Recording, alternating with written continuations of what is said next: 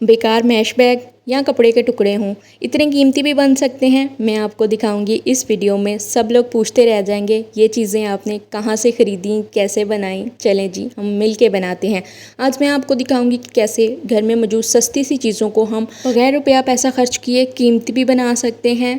और बस यही नहीं, वीडियो के आखिर में आपको मिलेगा अरवी को काटते वक्त हाथों में होने वाली खारिश से बचने का बेहतरीन और आसान टोटका, और सालन को मज़ेदार बनाने का बेहतरीन सा किचन हैक भी आपके साथ शेयर करने लगी हूँ।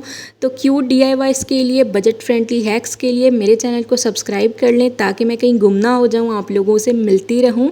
आपने भागना नहीं है वीडियो छोड़ के, बल्कि लाइक करके अपने अपने 10 मिनट निकालने हैं। अस्सलाम वालेकुम, welcome back to my channel. कैसे हैं जी आप सब लोग। आपके सामने ये मैंने फैब्रिक का टुकड़ा लिया है, छोटा सा ये पीस था। जिस तरह से हम आम होल की कटाई करते हैं उसी में से निकला हुआ ये पीस है। तो मैंने एक सर्कल शेप यहाँ पे काट लिया है ड्रॉ करके। आप इस तरह से भी सर्कल काट सकते हैं, ड्रॉ करके काटेंगे ज़रा परफेक्शन से कट जाएगा। तो बस हमने थोड़ा सा इसको मज़ीद परफेक्ट कर लिया है। मैंने कुछ इस तरह से मोड़ा और इसको गुलाई में काट लिया। इसी के लिए मुझे एक लूप भी चाहिए था, जिसके लिए मैं रिबन का यूज़ करूँगी, या फिर कोई आप बारीक सी लेस भी यूज़ कर सकते हैं लूप बनाने के लिए।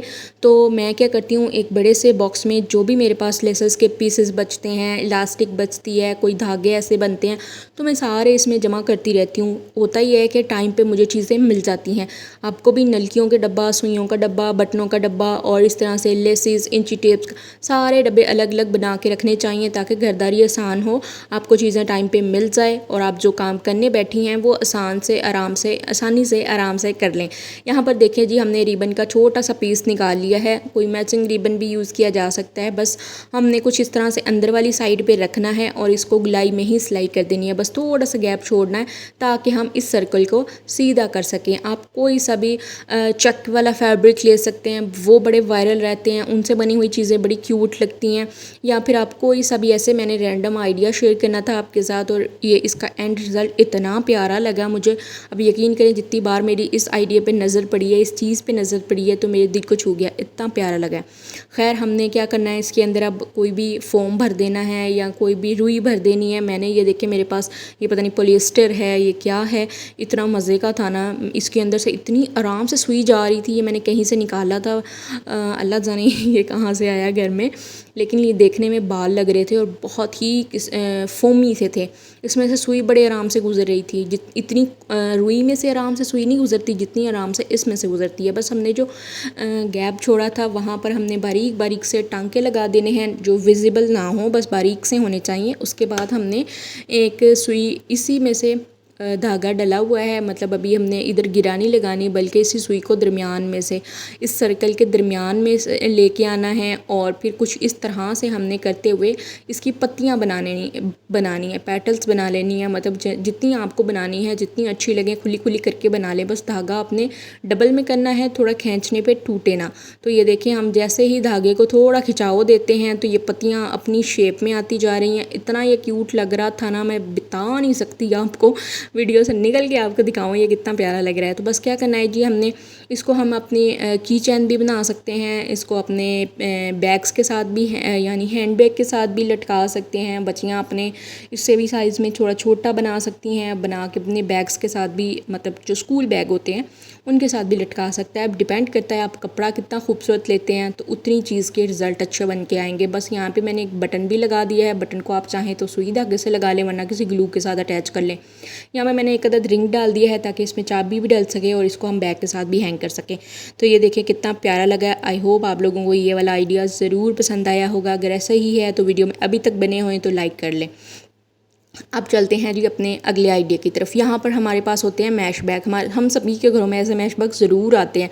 उनमें से ना कई की क्वालिटी बहुत अच्छी होती है। जैसे ये वाला था ना, इसकी क्वालिटी बड़ी अच्छी थी, शानदार सा ये शॉपर लगा हुआ था। तो मैंने इसको फेंका नहीं, मैंने इस तरह के 2-3 बैग्स थे मेरे पास, तो मैंने क्या किया, इसका शॉपर निकाल लिया। इसके साथ ज़िप भी थी, और ज़िप भी ऐसी थी कि इसको भी साइडों पे कपड़ा लगा हुआ था। ऐसी नहीं थी कि बस ज़िप थी और निकलेगी तो वेस्ट हो जाएगी। नहीं, इसको हम ज़ाया नहीं करेंगे। इसका एक एक टोटा हमने पाइपिंग तक इस्तेमाल कर लेनी है। कुछ इस तरह से, ये देखिए शॉपर मैंने मचोड़ चचोड़ के जिस तरह कर सकती थी ना करके देखा, लेकिन ये नहीं फट रहा था। बहुत अच्छा शानदार सा शॉपर था।